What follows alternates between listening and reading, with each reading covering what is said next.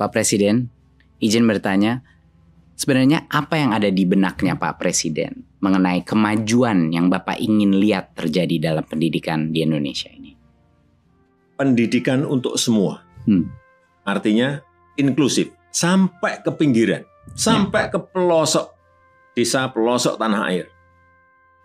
Tapi pendidikan yang berkualitas, Ya, itu kunci. yang kompetitif. Dua-duanya harus berjalan bersamaan. Ini kan yang saya tugaskan ke Mas Menteri.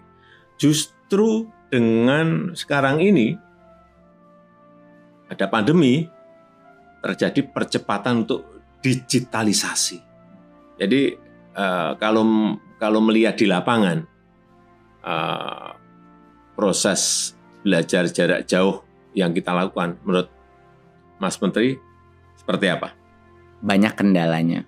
Banyak yang nggak punya HP, banyak yang nggak punya koneksi internet, dan kita melihat di dunia memang kualitas daripada pembelajaran itu ada penurunan.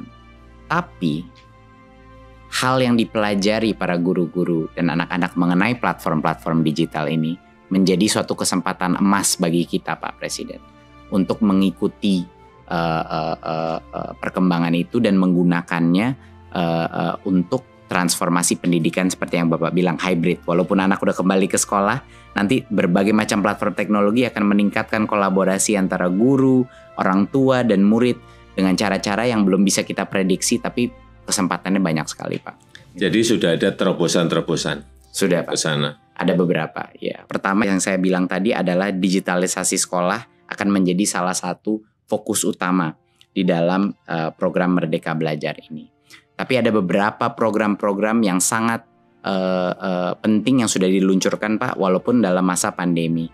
Yang pertama adalah ujian nasional kita ubah menjadi asesmen nasional, di mana sekarang kita bukan mengukur informasi, tapi kita mengukur numerasi dan literasi kemampuan bernalar, Pak, sesuai dengan standar internasional.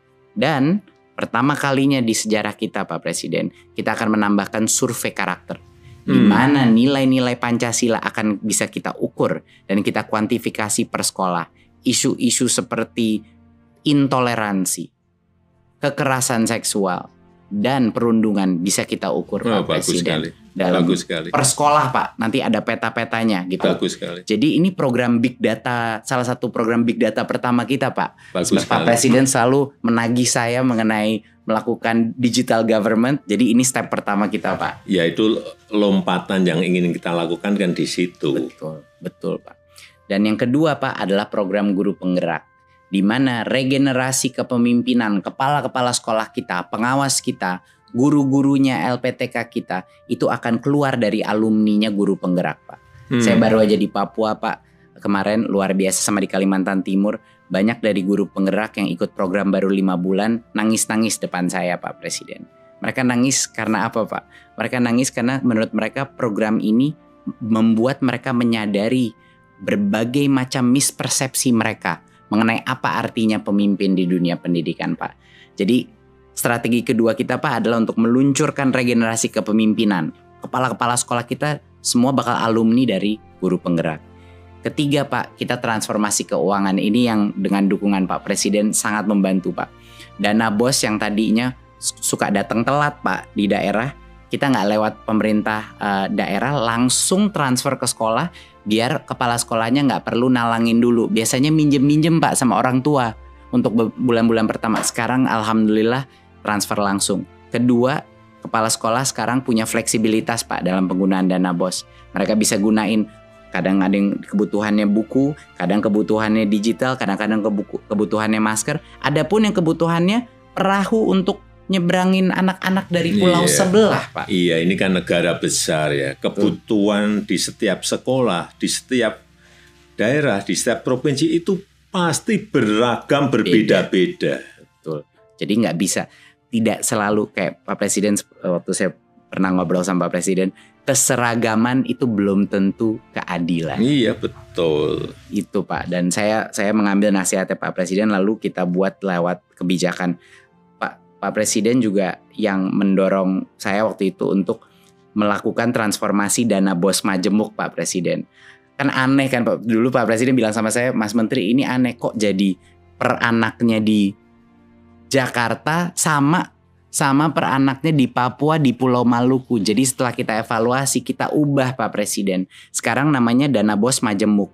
Berdasarkan per anaknya itu berdasarkan indeks kemahalan. Jadi di Papua di mana bangun ruang kelas itu 3 kali lebih mahal, ngirim buku dari Jakarta bisa 2 kali lebih mahal. Sekarang Pak, anak-anak di kepulauan di Maluku sama Papua naik dana BOS-nya 40% sampai dengan 100% Pak Presiden.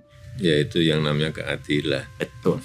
Belum tentu keseragaman adalah keadilan. Bagaimana sekarang Mas Menteri mengenai infrastruktur dan teknologi untuk sekolah? Digitalisasi sekolah Pak, tentunya bekerja sama berkoordinasi dengan Menkominfo Pak untuk memastikan bahwa sekolah menjadi prioritas untuk koneksi internet Pak.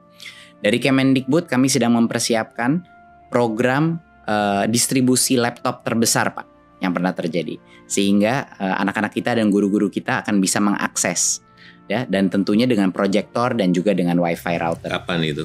Harapannya dalam 1-2 tahun ke depan banyak sekali sekolah kita, puluhan ribu sekolah kita akan menerima paket-paket laptop Pak. Dan juga Pak, beberapa inovasi yang kita lakukan tentunya di Kampus Merdeka dan KIP Kuliah Pak. Di Kampus Merdeka adalah program yang luar biasa didukung Pak Presiden, adalah untuk membuka opsi bagi perusahaan, bagi NGO-NGO untuk membuat kursus-kursus 1 semester yang akan mendapatkan full SKS bagi anak-anak mahasiswa kita. Jadi sekarang belajar bisa di mana-mana. Iya, sekarang artinya belajar itu bisa dengan siapa saja. Belajar juga bisa di mana saja. Dengan siapapun, bisa dengan perbankan, bisa dengan industri, bisa dengan UKM, semuanya bisa. Benar, setuju sekali Pak. Tapi masalahnya dulu Pak Presiden, jangka waktunya kependekan. Kalau mau magang itu cuma 1-2 bulan Pak. Dan anak-anak kuliahnya masih harus ngambil mata kuliah di universitasnya. Sekarang sudah berubah Pak. Dia akan mendapatkan full 20 SKS di dalam perusahaan tersebut. Jadi dia tidak harus mengorbankan SKS dia dan kapan dia lulus. Dan juga disubsidi oleh pemerintah biaya gajinya itu mahasiswa, biaya uang transportnya itu disubsidi Pak oleh pemerintah. Jadi ini kesempatan yang sangat besar bagi perusahaan juga untuk menambahkan talentanya. Itu Pak, kira-kira. Ya, inilah perubahan, inilah transformasi yang kita inginkan. Betul Pak, betul Pak. Dan banyak sekali perusahaan yang semangat Pak. Waktu saya bilang sama perusahaannya, Pak Presiden yang minta ini partisipasi semua sektor strategis. Mereka luar biasa semangat ya Pak, karena ini benar-benar memecahkan masalah mereka juga. Yang kedua Pak adalah KIP Kuliah. Yang kemarin KIP Kuliah baru saja kita melakukan perubahan, bahwa sebelumnya KIP Kuliah itu cuma 2,4 juta Pak per anak. Masalahnya adalah di prodi-prodi yang sangat baik kualitasnya, ada banyak yang UKT-nya di atas 2,4 juta Pak. Jadi banyak sekolah-sekolah kita diskriminasi terhadap anak-anak penerima KIP Kuliah karena rugi universitasnya. Nah, barulah kita ubah kebijakannya sehingga kalau prodi A itu bisa sampai dengan 12 juta Pak. Untuk prodi B bisa dengan 4 juta. Jadi ya ini persis sama seperti yang Pak Presiden bilang tadi, kesetaraan belum tentu keadilan. Iya, betul. Sehingga sekarang anak-anak dari Papua atau dari Maluku yang mau masuk ke dalam program yang mahal, misalnya Fakultas Kesehatan, dia bisa tanpa diskriminasi dari universitasnya Pak Presiden. Itu kira-kira Pak, beberapa hal yang memang sudah mendapat dukungan dari Pak Presiden. Bagus. Saya boleh tanya Pak